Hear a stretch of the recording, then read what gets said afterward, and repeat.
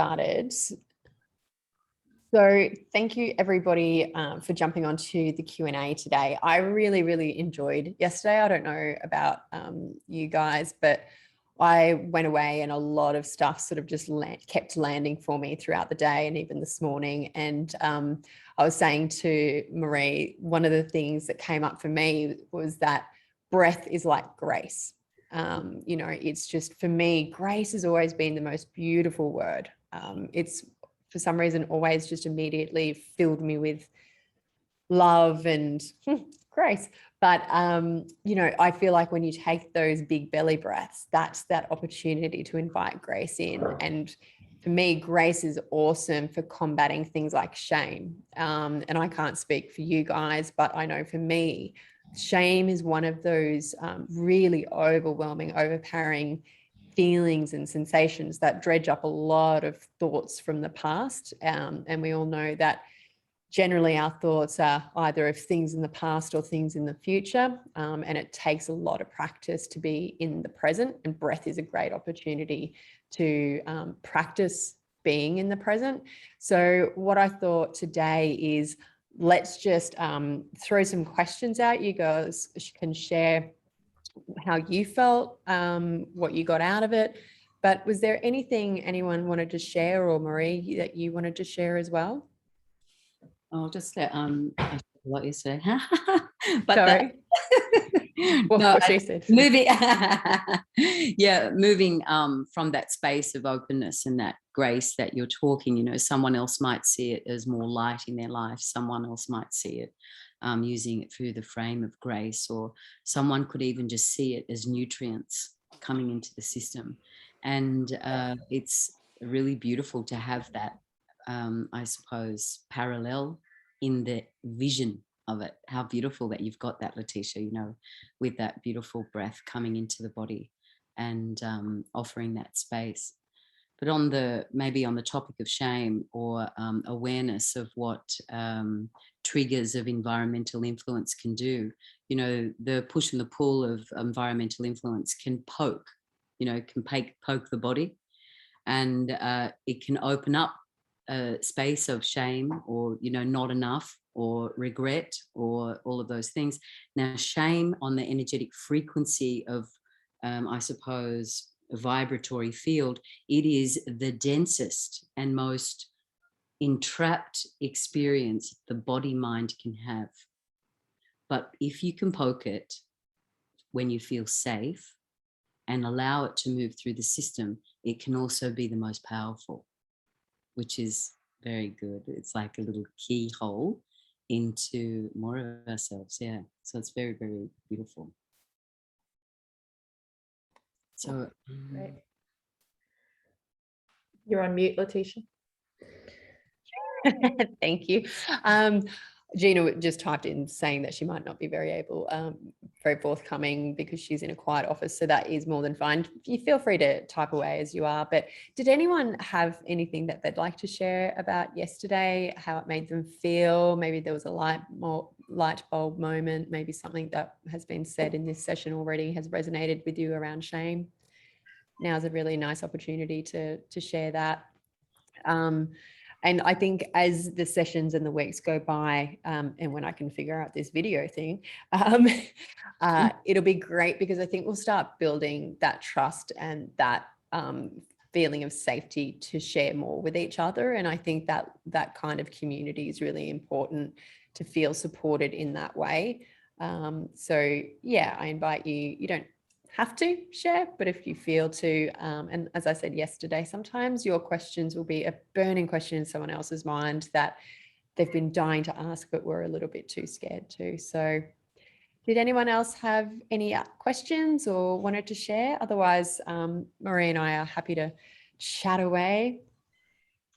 I would just say it was a great reminder to that you don't have to be in yoga or in doing a shavasana, or, you know, you don't have to be in certain places to tap into that breath. It's just a great reminder to bring it more into your daily life, so you can counteract when you go into those, I guess, subconscious fight or flight patterns or stress responses that we go into without even thinking about them. So yeah, that was really good for me to start thinking about, okay, I need to just incorporate this more into my daily life, not just go, oh, that's for yoga.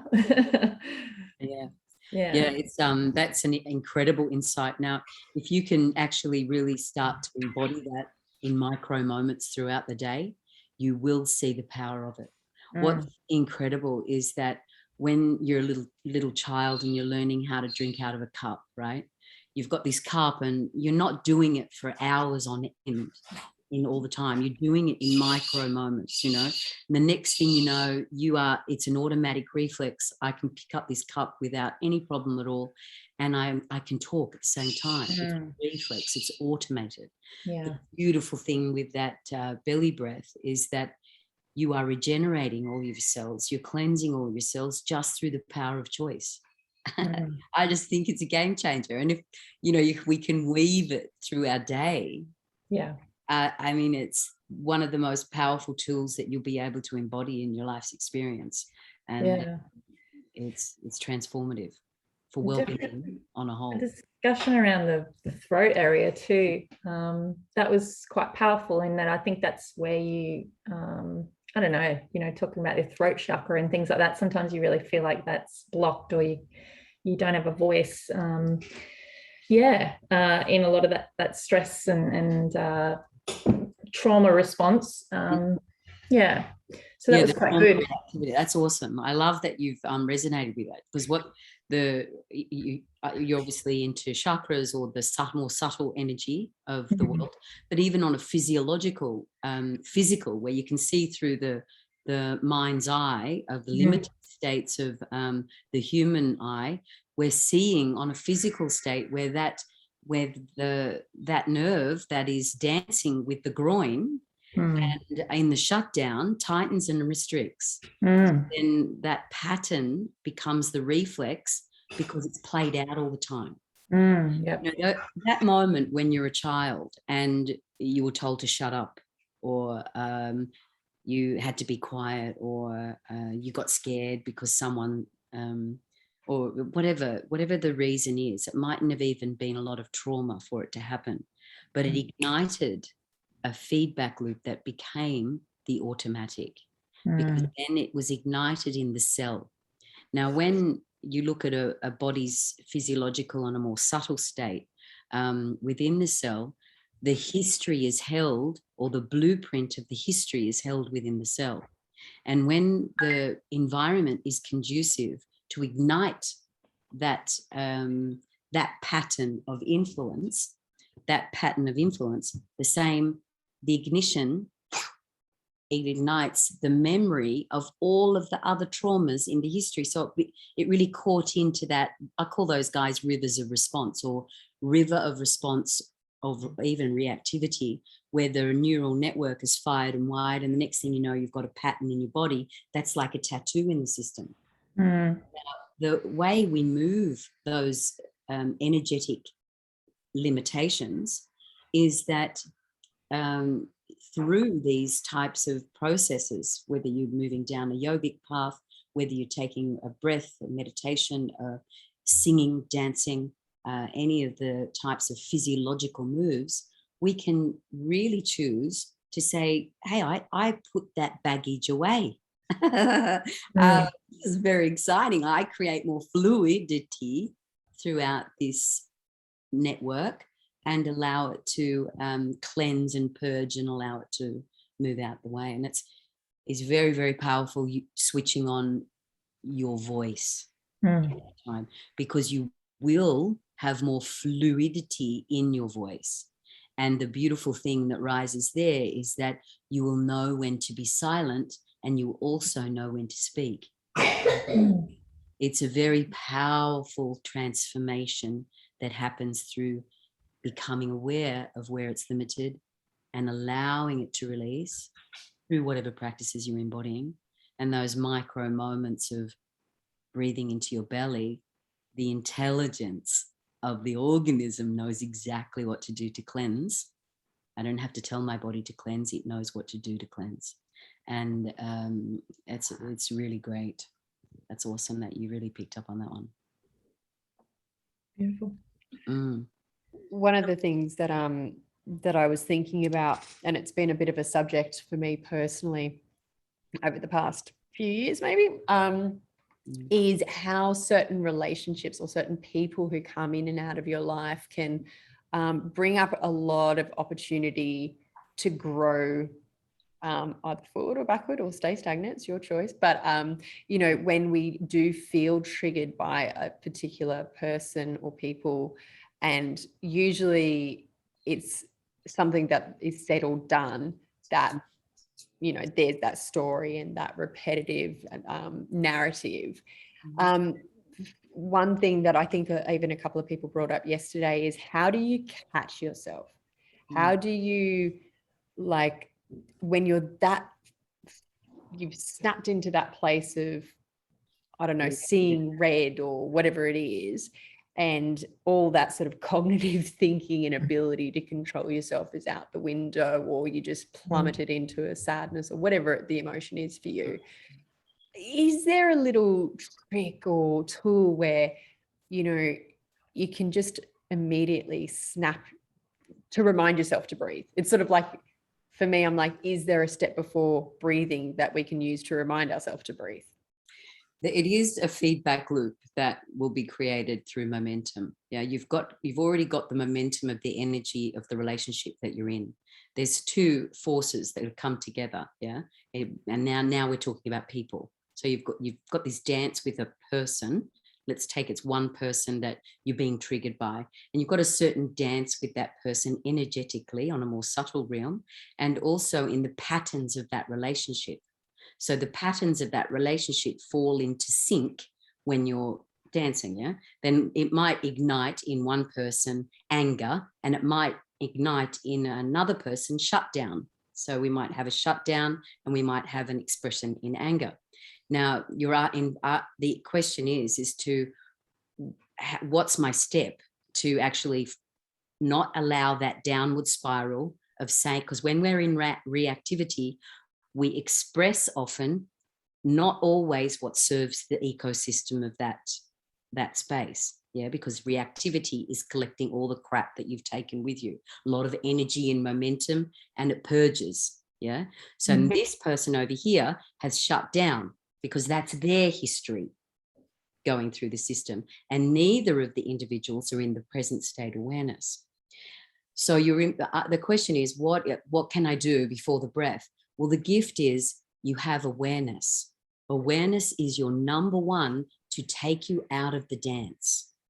So as soon as you become aware, you have started to already enliven another pathway, which is very, very exciting, you know. But sometimes I can be drowning in those rivers of feedback, yeah, and it might take you 10 minutes to get out of the pattern. It might take you the next day until you can get out of the pattern. But just knowing that that awareness is broken, you have started to create another path. Then through your reflection tools, or looking at a process of you looking back at the experience of what just happened before, you can see that you didn't want to do what you did. You said things you wished you didn't. Someone else is wishing that they said something. Yeah, because that moment where you have that comeback and you didn't, or you did this thing that you wanted to say but you didn't, so it burns inside you. Yeah, and then both of those individuals walk away, and then they might go into the guilt, shame, regret rabbit hole, which is a continual momentum of downward spiral.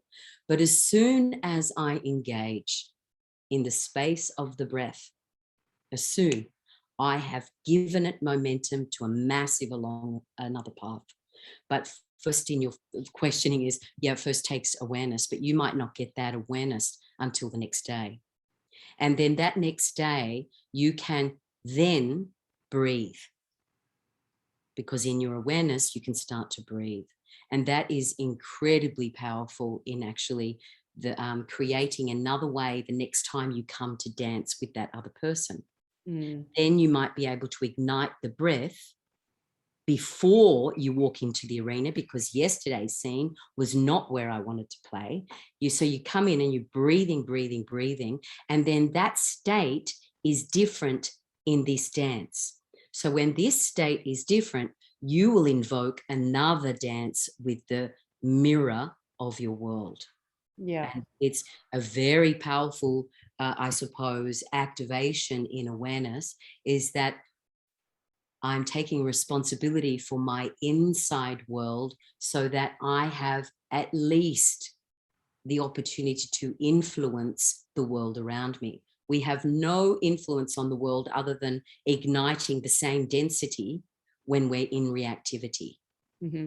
So the fear response in the world today, we see a lot of fear. So of course, it's a bit like I see it, and I'm using an analogy only because it's one to use. As everyone sitting with their own gaslights inside their own body, what they've collated throughout their own time and space, and it's sitting inside their body. And then someone with that same gas, right, comes in and it might ignite your gas inside you. Yeah. Now there, in this experience, let's talk about someone who gets angry and then someone who gets, who kind of retracts. That dance, that person is always being around someone who gets fired up. That's the normal. That person's always around someone who shuts down. And that is the normal of the dance. They know the cha-cha and finds it very hard to come out of the cha-cha. But as soon as someone owns responsibility for the way they move in the world, well, then that energetic center force starts to change, and that relationship can start to cleanse. The old energies that sit in the body's vessel can start to move. And the great gift of choosing awareness, which we're going to be doing in week 4, actually. Yeah, Kerry's just written in saying that we're diving into awareness. For those who don't know, Kerry Otto de Grancy is also the next co-host of these guys' next session in 2 weeks' time, where they're talking about the ABC awareness breath choice. And so that does move into that space, but it's the perfect example of where we can utilize these types of practice. And don't be too hard on yourself as to when you engage in your awareness. You know, if you've ignited the guilt inside your body, just know that the guilt is not serving your ecosystem. So how do I purge guilt? Because guilt is something we've taken with us on our ancestral tendencies. Yeah. And so those patterns live very, very alive in the system. Especially if you're from a European background. And so the gorgeous thing about, knowing what baggage we're picking up is knowing when I've got the ability to really stand in my really huge space of presence, but I cannot stand in my huge space of presence if I'm still dictated by my past. And the dictatorship comes from our own mind-body constructs. And that's a very empowering position to be in when you take responsibility for it. So Gina's just absolutely. And sort of that reframe of thinking about that other person in that dance, that cha-cha, when like I'm practicing with one particular person to reframe my view to say, well, they're not my enemy here. They're my opportunity to grow. And immediately that sort of lets love in. And when there's love flowing, it's really hard to get angry. It's a practice though. Gina has texted in saying, I have a niece with bipolar type 2. Have you had experience with this and seen improvements in coping and dealing with the downside, in particular with breathing? So Gina, Marie, you might know, but are you talking about as the person who is experiencing bipolar, or someone else in the room who's, probably watching their sessions, both? Yeah, but mainly the one dealing, because it's you build up high, and then it's down, down. So it's more the downside that she suffers with. And I mean, after yesterday, and I've been breathing wrong my entire adult life, which I worked out how many days that was, and it's a lot. I love it. So just that, and I too have the issue with the bathroom, Letitia, with someone who follows me. So I did say to her last night as well, okay, we're going to teach you to belly breathe, because, you know, she's a hormonal 3.5-year-old. But yeah, it's just, I think, you know, on the mental health side of things, if, you know, the breathing, is that something that you experience, you know, and deal with and help with and so forth? Yeah, without a doubt. You know, I had spent a lifetime with a beautiful mother who unfortunately went down the rabbit hole of mental health issues, which was my driving force into, I suppose, the analysis or the observance of the human condition, and certain patterns and certain tendencies, and seeing them alive and well in a full functioning organism was really confronting. You know, confronting to be with, and confronting to watch someone you love fall into the demise. And but what has evoked in awareness and understanding is that the very organism has the capacity to really release. It is an intelligence you cannot underestimate, and that birth of being born in a full belly breath allows toxins. It allows the holding on of energetic, I suppose, resistance in the system, and those very patterns that play out in the mind body with a person with, let's take bipolar as an example. It's that those patterns have become so fired and wired in the system as it's normal, right? As it's normal. Your person you're experiencing, you could probably paint out when in weeks and days to their rhythm of when they're going to be high and when they're going to be low. And if you're going to be supporting someone or in the environment of someone with mental health, I suppose, illness in a way where it affects and has a major ripple in the ecosystem of the family, your best support is allowing your system to harmonize in those experiences, because that is using your belly breath for you. And then that influences of your coherent state has an incredible ripple in the environment of allowing someone else's coherence to rise. And it's an incredible thing. And also the central nervous system, when it's working optimally, it wants to be in coherence with nature, and the nature rhythms of life are harmonic. Now, the noise of the mind that is unfortunately being the dis-ease in the system has cultivated certain patterns, exposing unprocessed trauma underneath those patterns. So there's unprocessed stuff. The mind falls into those patterns, and those clusters in mental health, they start to pop up. Yeah. And they show in those patterns of dis-ease in the experience of the person. So certain breath practices can allow those unprocessed trauma experiences that have then not been seen to for a very long time. So then they have exposed illness in mental health. Someone else might have heart issues, someone else might have some other issues. But the thing is, it's really knowing that the intelligence is there for it to rise. And if there's anything I've discovered around supporting anyone with mental health processes, is that your presence is the best gift you can give to them. You can't be present in the fear of what they're going to do next, or fear of even wanting to fix them. And it's an amazing dance. So I hope that your support in breathing into your belly has an impact on those people around you, in your awareness of knowing that. And I love that you've realized that you've been breathing. I won't say it's wrong. It's just limited. Okay. Very limited. Yeah, and that's okay. And that's all good. It's that in your awareness, now it's just to say, shit, I can do something about this. And I can actually allow my body to harmonize so that it can do what it's born to do.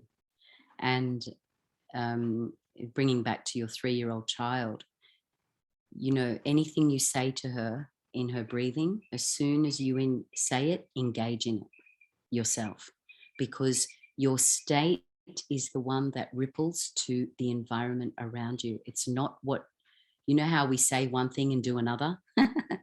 Yeah. Well, the greatest of teachers is the one of your own wisdom and your own intuition.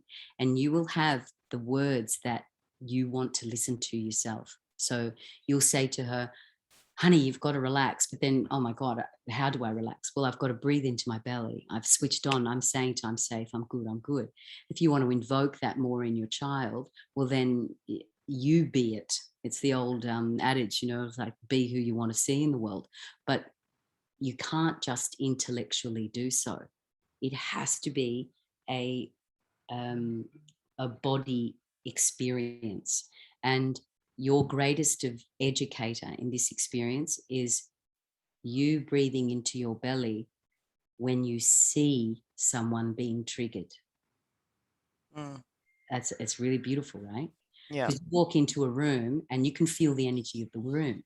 Now, if you're a hypervigilant human, Marie-Louise has been a very hypervigilant human in unconsciousness. But in consciousness, in awareness, so consciousness being awareness, as soon as awareness rises, well, that hypervigilance becomes a gift.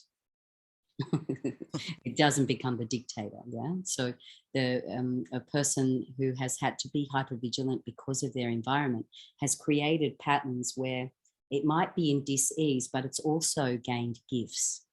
And those gifts in awareness can be your greatest of asset. And it allows you to then be able to share with people in your environment those gifts that rise from that. And that's very exciting too. So that's a really beautiful question. Thanks, Jenny. Yeah, thank you.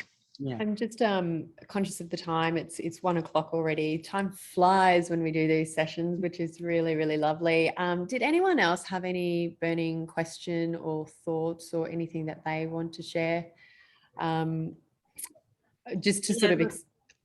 Yeah, Letitia, it's Simone. I'd put my hand up in the box. I thought you might have seen it.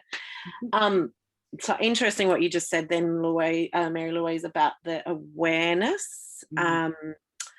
And I think timing in life. So the timing of this is in line with I've been doing some work, and so I'm quite scientifically minded. So I'm the one that put the piece up yesterday about the Nagoski sisters because they're science trained, and yesterday when you had that's really makes sense to me when you've got those pictures and our systems. Yeah. And I guess I have spent half my life with that partitioning. And when you just talk then about awareness, I've been that person. I walk into a room, I'm hyper aware of the emotion and what's going on in a room, but I also take that on.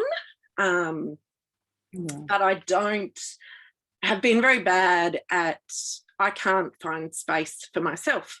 I can give other people advice. I sent a text to a friend the other day, just had a bit of trauma in their life. And I'd said to her, remember to breathe. Yet I don't do it myself. I'll tell someone else. There's been times when I do, but I guess it's that making it the daily practice so that like what you talked about yesterday and changing those feedback loops and the patterns through breath. But it's what Letitia was talking about before. It's just, I think now's probably that time. It's just frustrating. It's been half my life that I feel I can change those patterns. And you just talked about the pieces of trauma, and that's what I'm working through now. Yeah. Is just, it's kind of like a piece comes up Yeah. And I get it now. Yeah, beautiful. Yeah. So I get that tight in the throat, and it stops you speaking, it stops you breathing. Yeah, and it was because I've been wired, and this is what you were saying yesterday makes sense. I've been wired that you stop those things. Yeah, and just do me a favor and just take a breath into your belly now.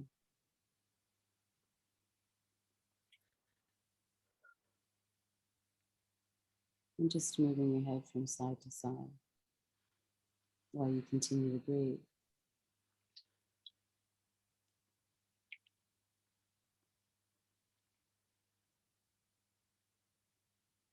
It's really beautiful. It's just beautiful. Thank you. And the gorgeous thing is that we don't have to hold on to that anymore. And even the tears, just allow them to fall without any limitation. Just choosing that space of freedom. And the gorgeous pockets of debris that do move through the body, I kind of see them like, sometimes they're, like you've got these incredible species of, it doesn't even have to be your lifetime, it's your ancestors' crap too, And when you are choosing to do the work, you're choosing to do the work. There's a bit of a flip in seeing that work as hard. It's actually seeing the work as liberation. And you have this little thing that pops. It's like a little volcano opens up. When we just allow that breath to keep moving through our body, the volcano can pop out the crap and start cleansing the system. And the images that rise, the feelings that rise, if you allow the breath to keep moving through your body without holding on to any of them or even being identified with them, and that takes a fair bit of awareness because we're not used to that. We're wanting to hold it. The body loves what it knows. It loves it. It loves the dance of what it knows. So a big state of appreciation on bringing that up because it definitely is in the field of the system that we're in today. And all of these little poppers are coming up. You see it through the space of anger, fear, blame, guilt. Everyone's reactive. But if you're one of the people who are saying, I'm not going to be in that state anymore because it's limiting and I choose my own freedom, well, people want to be in your company. I think, there was a really long period where it just was like it was, packed in a suitcase and put away. And,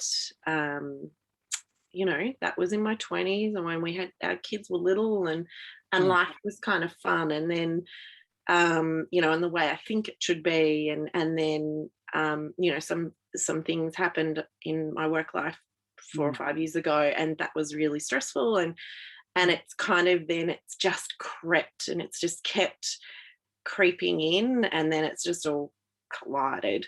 And so it's kind of like you just, it's just I have to deal with it because I can't get back to where I was without dealing with it. And so I'm not the person I want to be. The great thing about that, Simone, is that you will not go back to where you were. You will be greater. And in this moment that when you let go of all of the shoulds and shouldn'ts and all of those kind of things, there's a space inside you that is really screaming to get out. And it's not somewhere you have to go, it's here. It's all the crap that we take with us that don't allow us to see that clarity. And the beautiful opportunity, and Letitia was saying that in what she shared, was that the world then becomes an opportunity to see more clearly and with more liberated state, where the more essential truth starts running through your system rather than your mind state of truth. And but that's your design, and that's what will rise through you. But not for anyone to tell you that, but to be maybe inspired by, keep up the great work. Can I just add to that? Oh, sorry, Gina, were you about to say something? Oh, sorry, not Gina. Simone, were you about to say something? No, I just said thanks. Just sort of on that as well is, for the big pattern for me is to want to be better, to have a happier life, to be a happier, calmer person, to be all this, be all that, constantly striving. But what I've realized lately is resistant, it persists. If I don't realize that I'm already everything that I am and that I need to be, and not strive to be better or strive to go back to what I was whenever I thought I was happier, there's a level of acceptance that comes through, because the more I resist trying to be a certain way, or the more I resist the current relationships or the whatever's happening, the more energy I'm feeding it, which means it's just going to come to the forefront. But if we breathe and we just relax into it and know that we're on the right path, there's an immediate level of calmness that comes with that. And it allows us to see everything with more clarity, as opposed to being tense and holding that angst and all that energy of, like, that bubble of energy that Marie is talking about. It takes more energy to be angry and scared than it does to be happy. And just breathing. And all the mamas out there, we need all the energy we can get. And as soon as I heard that, I went, oh, every time I start getting angry, I went, oh, no, relax, because it's going to take more energy. And I don't have a lot of that to spare when I've got a toddler running around. So it's being kind to yourself. You know, we have some core things that we need in our life: water, air, love, those sorts of things. Remember to give them to yourself. Send the lifelines to yourself. Remind yourself that you need air, so take those belly breaths. You need water, so hydrate yourself with good quality water. Take a time to sip water and go out into the sunshine. So looking after yourself, just a couple of minutes a day throughout the day is enough to, I think, rebalance and get that perspective back into place where it needs to be, which is, hey, I'm okay, and everything that's happening isn't happening to me, it's happening for me. And it might sound like lots of cliches that you've seen in social media memes, but they're memes for a reason. They're to remind us that this stuff's basic, but it's important and it's life-changing. So it sure is. We might wrap it up. We've gone a little bit over time, but is there anything else you wanted to quickly add, Marie, or anyone else? No, it's just really great to be part of this process, and thank you very much for sharing so well. And it's rich content, and it's wonderful. So yeah, and thanks everyone for being vulnerable and open and willing to, express. It's been really beautiful. You took the words out of my mouth. I was going to say thank you, everyone who showed up and you were vulnerable today and you were asking questions, and that's beautiful. That's what this whole journey is about. And, really look forward to the next few weeks and sharing and learning more with you all. So thank you. And we will see you next week. And if you have any other questions in the meantime, you've all got my contact details. So have a beautiful weekend. Thank you, guys. Thanks, everyone. Bye.